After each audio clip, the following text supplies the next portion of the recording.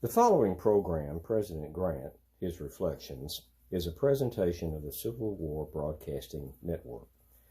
It is one of that series of programs wherein President Grant shares his reflections of persons, places, or events in his presidency or his life after the presidency.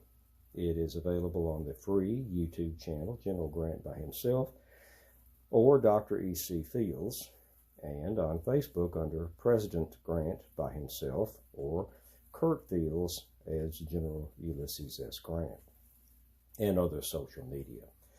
Permission to copy and distribute is granted and indeed encouraged.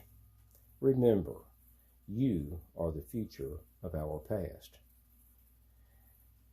And now, President Grant reflects on the whiskey ring.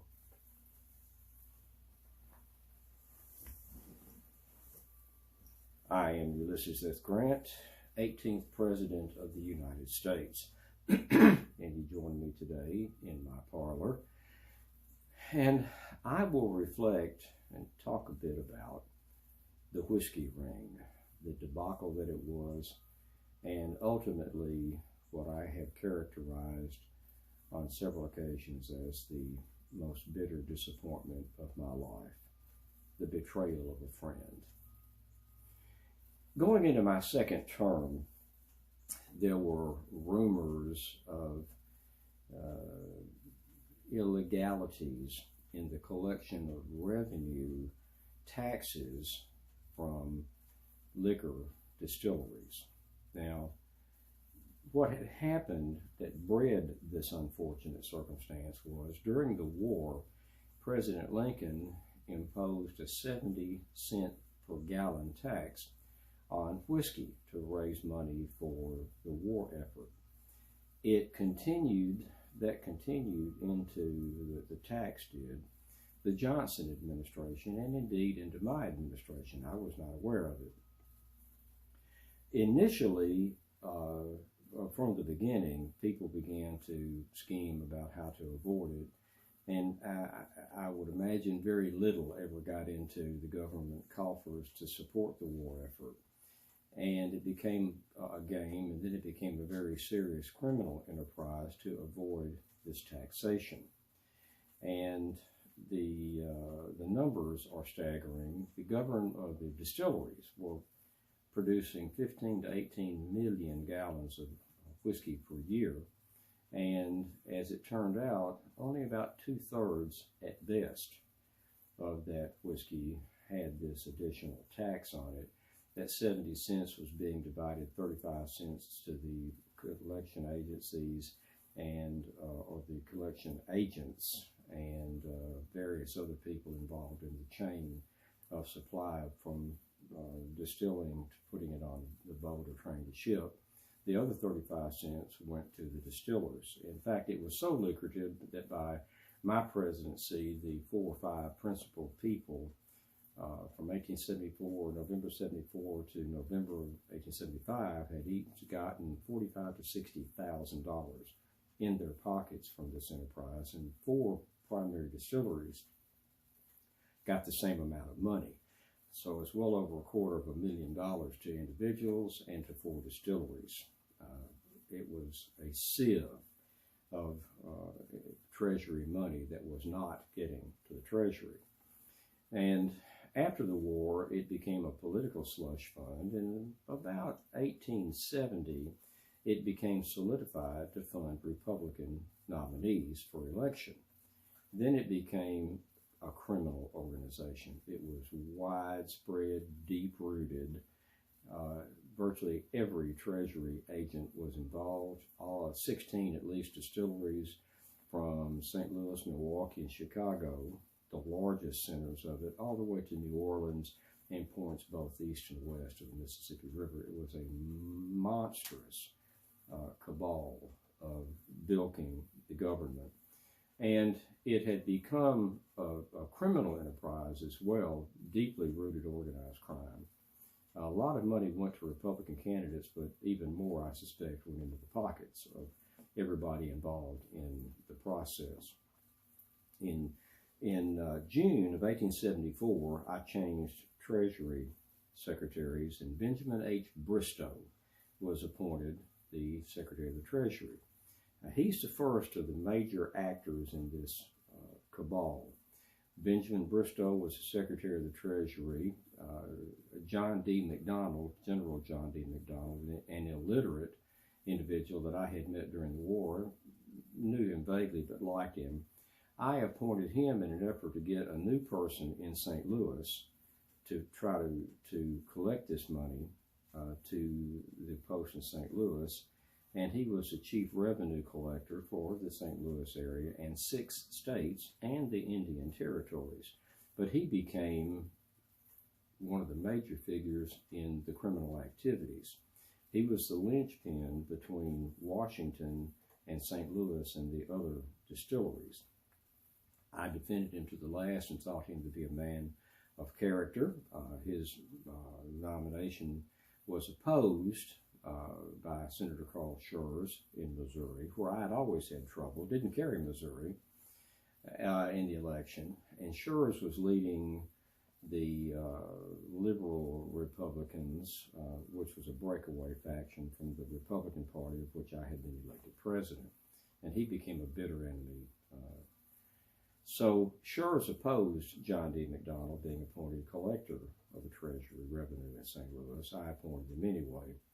Another actor in this was the U.S. Attorney General David T. Dyer in St. Louis County, and Dyer was committed to aggressively pursuing the illegalities in what he suspected was deeply rooted and widespread, and it was indeed both. The Treasury Solicitor, Bluford Wilson, which is an attorney investigating, became very prominent in this and pursuing avidly the prosecutions of individuals that were locked up. Some 300 arrested, 218 indicted, 110 convicted, recovering about $3 million when the dam burst and all of this came to light. You've also got John B. Henderson, former Senator Henderson, and I appointed him as a special prosecutor, the first special prosecutor in any federal investigation.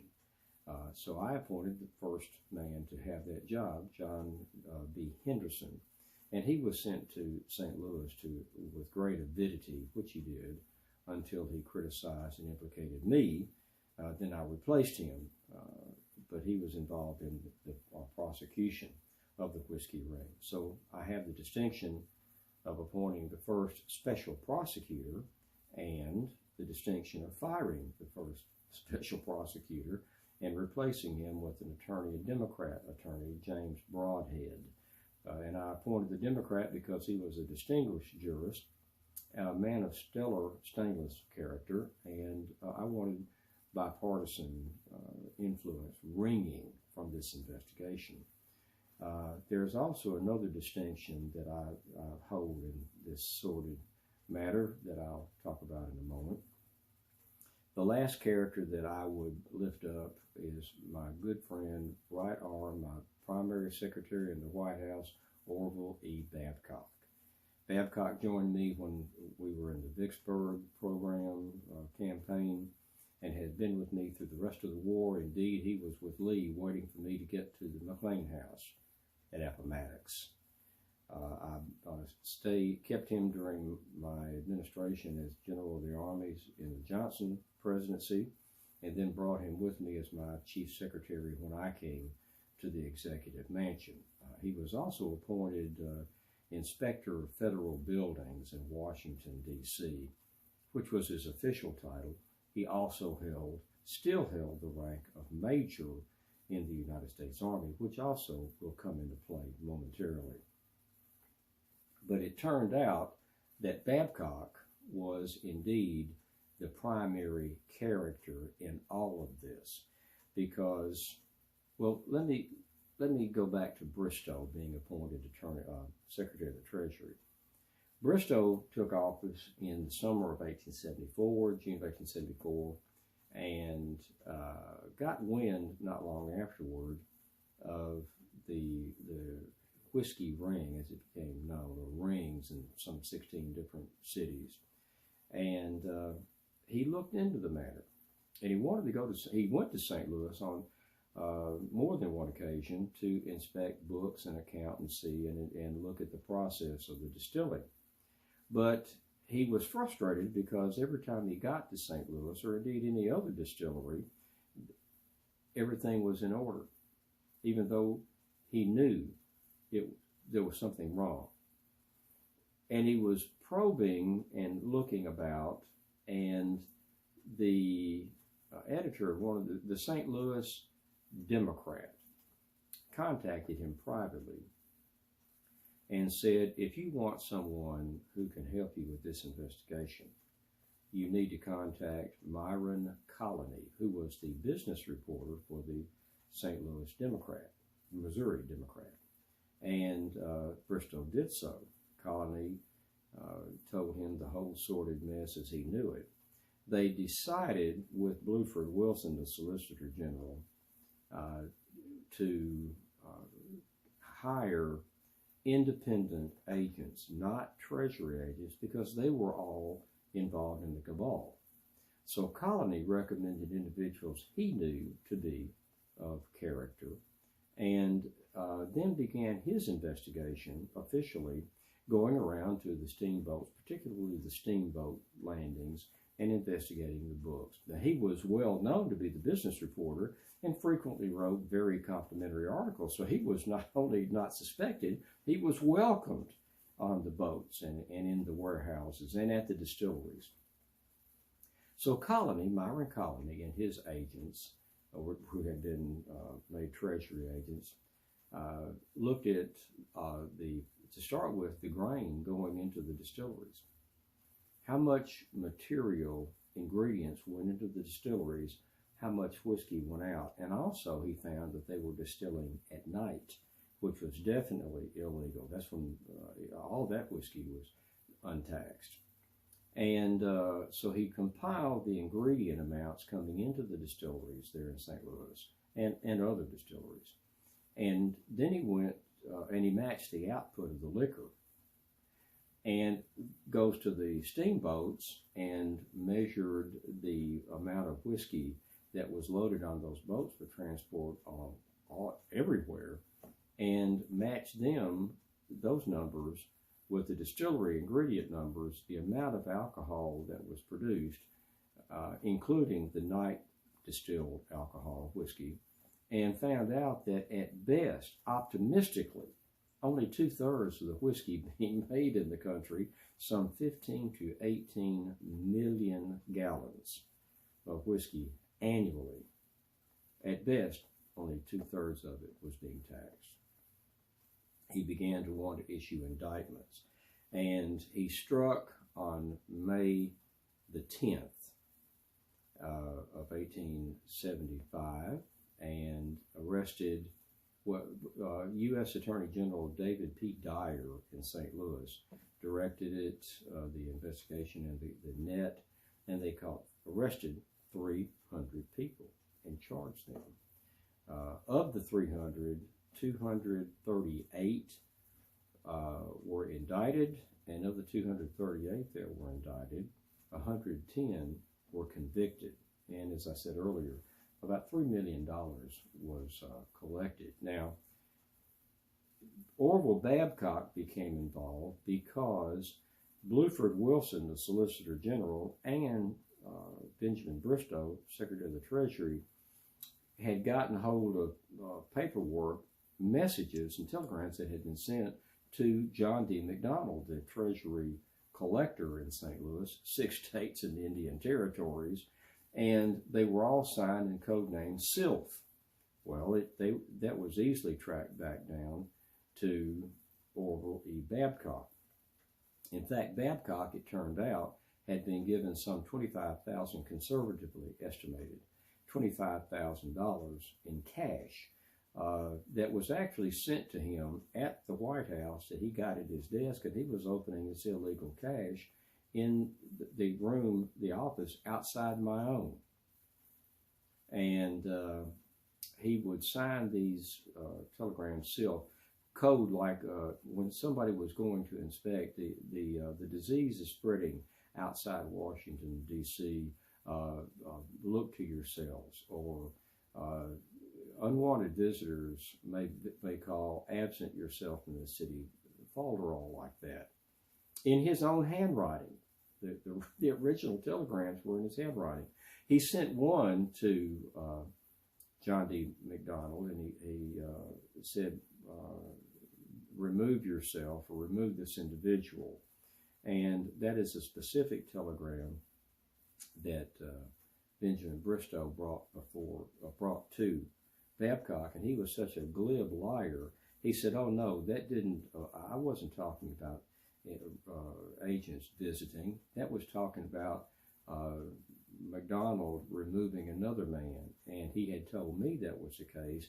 I adamantly told Secretary Bristow that doesn't have anything to do with the whiskey ring, that Babcock has told me so.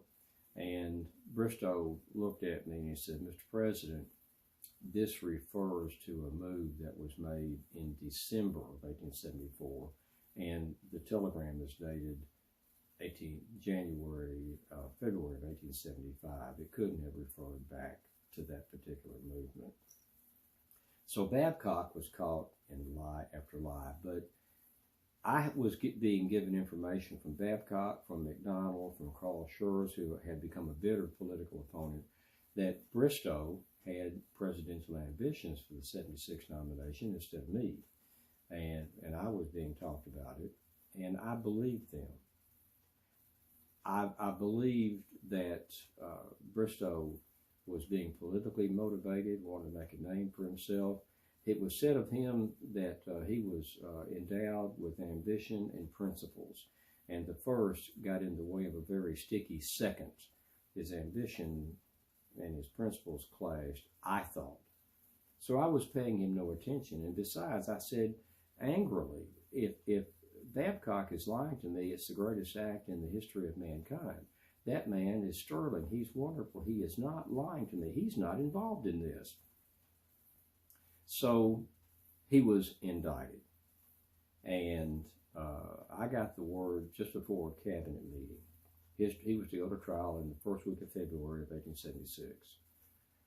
And I took the letter, information that he's going to be indicted, and read it to my cabinet. They were all shocked, or feigned being shocked. And I said, I'm going to St. Louis to testify in his behalf. Hamilton Fisk, the Secretary of State, and the rest of the cabinet actually were horrified. And I wouldn't hear their objections. I was going. He was my friend. And Fish, though, prevailed on me. He said, Mr. President, you can't go and foster the circus that would be your going into the courthouse and testifying in defense of a man who's been charged with cheating the government long, deep, and frequently. Besides that, the reason being, you represent the government which is prosecuting Babcock. You cannot be at loggerheads with your own government, of which you are the representative, to defend someone being prosecuted by that government. And I agreed, yes, but I still want to help him. Fish said, do a deposition. So I took a deposition in the White House in defense of Babcock. So I hold the distinction of being the only president to have ever been deposed in defense of a defendant in a criminal case. And there are those who say it was my testimony that got Babcock acquitted. Babcock is the only figure, the major figure in all those 110 convictions, all the 238 indictments, that was acquitted. Moreover, just 10 days before the trial, I sent word to U.S. Attorney General David P. Dyer in St. Louis County that nobody would be granted immunity for the testimony. And Dyer was aghast, so was Bristow, Secretary of Treasury Bristow, Bluford, Wilson. They were all outraged. They said, if you do this, you have gutted the prosecution, because people are not going to testify. One of Babcock's defense attorneys released that statement. Somehow it got it to the papers. And the next day, young journalist Joseph Pulitzer, he may have a future in journalism. He's certainly making a splash in St. Louis because he took this. The New York paper had it, printed it, his paper, and he took it to Attorney General David P. Dyer, and he said, is there any truth to this? As it was being printed. He didn't wait for a denial or confirmation. And that hit the papers. Well, what had already been a circus of immense proportions, they had actually had to enlarge the room, the courtroom, because so many people wanted to get in, and they still were piled up and crowded in the streets outside the courtroom. As this drama unfolded in the national papers day after day, people are being convicted right and left. Babcock has been indicted, his trial is coming up, and the president is testifying in his defense. Babcock sensed that he might be convicted. He came to me and said he wanted a military inquiry. That would remove him from the civilian court and put him in a military tribunal because he still was a major in the Army. I was all for it. Appointed Sheridan to head it, a couple of other generals that were going to be the inquiry, but David P. Dyer, the Attorney General in St. Louis, refused to turn over the grand jury evidence that had been gathered against Babcock. And he went to the grand jury to reaffirm this. Grand jury handed back a decision that because this is a civilian trial that's trying to be moved to a military tribunal, that no evidence is going to be released outside St. Louis County. So there are some opposites.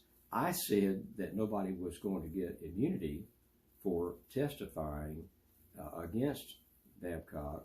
The grand jury said Babcock is not going to escape this net. He's not going to go to the military where it was felt most likely be exonerated, remove him from civilian and put him in military, because this was not a military question. And don't try to make it one. So they refused to give the information out. So Babcock had to go to trial. And he was acquitted. He's the only one that was acquitted. But Babcock was acquitted. And I refused to accept that a man so close to me, a man that I thought so much of, so deeply, would be lying to me. Still didn't believe it. And he was acquitted, it's strongly felt, on the basis of my deposition.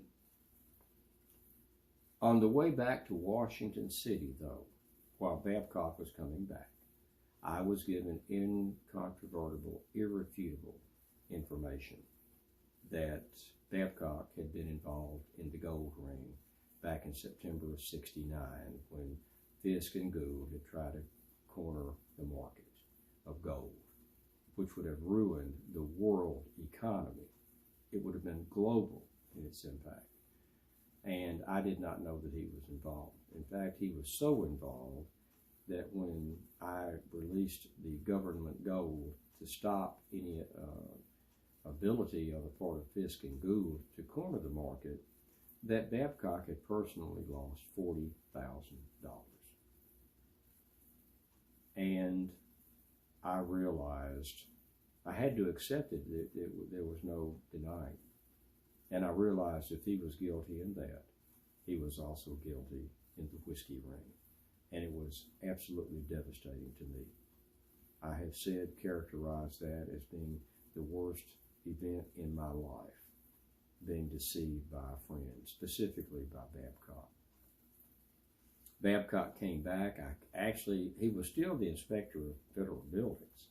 I didn't remove him from that, but he came back to the White House, and Hamilton Fish, the Secretary of State, was just horrified. He told me when he walked it to visit, would call on me, and there's Babcock sitting in the desk outside my door. And he told me in no uncertain terms, Mr. President, that man's got to go. He's tainting you and has drugged your whole family into this. There were implications that my brother Orville, that my brother-in-law Fred Dent, that my own son Fred Grant were all involved in this. Henderson, I removed him from the special prosecutor post because in interviewing or cross-examining one of the defendants in St. Louis, he implicated that I was actually involved, that this had come in the door of the executive residence and right into my office, that I could possibly be involved, if not directly, and in covering it up. So when I heard that, and I read that information from a sworn copy of the court records, even the cabinet said he's got to go. And that's when I removed him and replaced him with James Broadhead as special prosecutor. So my family's been involved. My character has been besmirched. My reputation has been irreparably damaged. And Fish said he's got to go. And I agreed with him.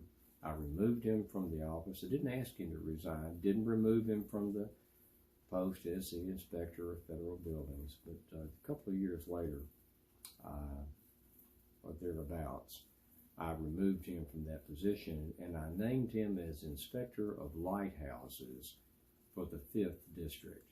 So he was removed from the very pinnacle of power, actually physically at my right hand outside my office door, to inspecting lighthouses along the coast, remote locations. And in fact, he drowned in the performance of his duties in 1884 at Mosquito Inlet in Florida. Some boat accident mishap, and he drowned. He was 48 years old. So the whiskey ring did me a great deal of damage politically, but we stopped the bilking of the government.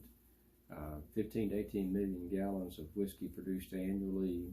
There was the 2/3 of it at best were being taxed. That 1/3 amounted to about $1.5 million, conservatively estimated, every year for several years from the mid 1860s into 1875.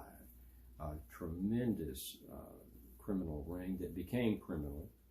Started by Lincoln to finance the war, but it as taxes often not stopped. This one wasn't stopped when the war was over, and it became a Republican fundraiser, and then it became a criminal enterprise. And people all around me were found to be guilty.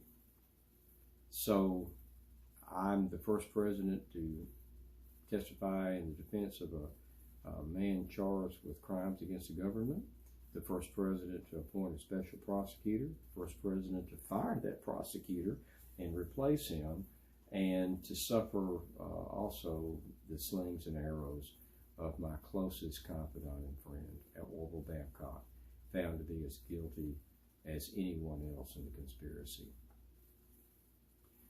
So by 1877, the whiskey ring was dead. That's all that I have to say about those reflections. It's painful to think about them, but the whiskey ring was one of the worst, personally I feel possibly the worst scandal that occurred during my administration. Happened right under my nose in the office next to mine by a man I trusted most. It was the most painful event in my life. For now, until we meet again for other reflections, I am Ulysses S. Grant, the 18th President of the United States, bidding you from my parlor